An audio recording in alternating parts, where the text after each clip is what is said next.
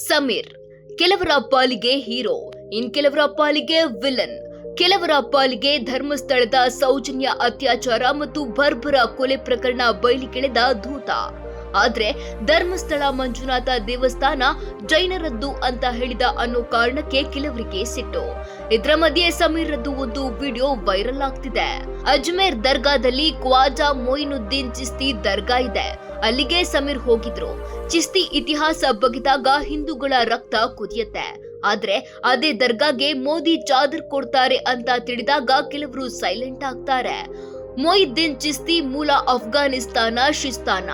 ಅಫ್ಘಾನ್ಗೆ ಇಸ್ಲಾಂ ಬರುವ ಮುನ್ನ ಅದರ ಹೆಸರು ಶಕ್ತಿಸ್ತಾನ ಎನ್ನಲಾಗ್ತಿತ್ತು. ಗೋರಿ ಮೊಹಮ್ಮದ್ ಭಾರತದ ಮೇಲೆ ದಂಡೆತ್ತಿ ಬಂದಾಗ ಚಿಸ್ತಿ ಕೂಡ ಭಾರತಕ್ಕೆ ಬಂದ. ಆಗ ಚಿಸ್ತಿಗೆ 50 ವರ್ಷ. 1192ರಲ್ಲಿ ಪೃಥ್ವಿರಾಜ್ ಚೌಹಾಣ್ರನ್ನ ಘೋರಿ ಮಾರಾ ಮೋಸದಿಂದ ಸೋಲಿಸಿದ. ಆಗ ಚಿಸ್ತಿ ಆಟ ಶುರುವಾಯಿತು. ಹಿಂದೂಗಳು ದೇಗುಲಗಳ ಮೇಲೆ ದಾಳಿ ಮಾಡಬೇಕು, ವರ್ಷಕ್ಕೊಮ್ಮೆಯಾದ್ರೂ ಜಿಹಾದ್ನಲ್ಲಿ ಭಾಗಿಯಾಗಬೇಕು. ಜಿಹಾದ್ ಅಂದ್ರೆ ಹಿಂದೂಗಳ ಪವಿತ್ರ ಸ್ಥಳ ನಾಶ ಮಾಡೋದು ಅಂತಿದ್ದ. ಇಸ್ಲಾಂಗೆ ಕಾಫಿರರನ್ನ ಮತಾಂತರಿಸಬೇಕು ಅಂತ ಬೋಧಿಸ್ತಿದ್ದ. ದಾಖಲೆ ಎಲ್ಲಿದೆ ಅಂತ ಕೇಳೋರು ಎಂಎ ಖಾನ್ರ ಇಸ್ಲಾಮಿಕ್ ಜಿಹಾದ್ ಪುಸ್ತಕ ಓದಬಹುದು.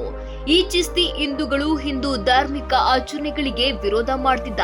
ಹಿಂದೂ ದೇಗುಲಗಳ ನಾಶಕ್ಕೆ ಪ್ರಚೋದಿಸ್ತಿದ್ದ. ದೇಗುಲಗಳ ಬಳಿ ಗೋಹತ್ಯೆ ಮಾಡಿಸ್ತಿದ್ದ. ಈ ಚಿಸ್ತಿಗೆ 2 ಹೆಂಡತಿರು. ಅವರ ಪೈಕಿ ಒಬ್ಬಾಕೆ ಹಿಂದೂ ರಾಜನ ಮಗಳು.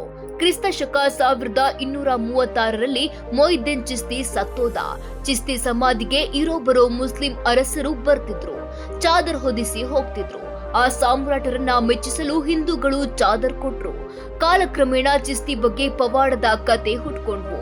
ಆಗ ಚಿಸ್ತಿ ದೇವರಾದ. ಪವಾಡಗಳು ಚಿಸ್ತಿಯ ರಕ್ತ ಚರಿತ್ರೆಯನ್ನೆಲ್ಲ ಮುಚ್ಚಿಟ್ವು.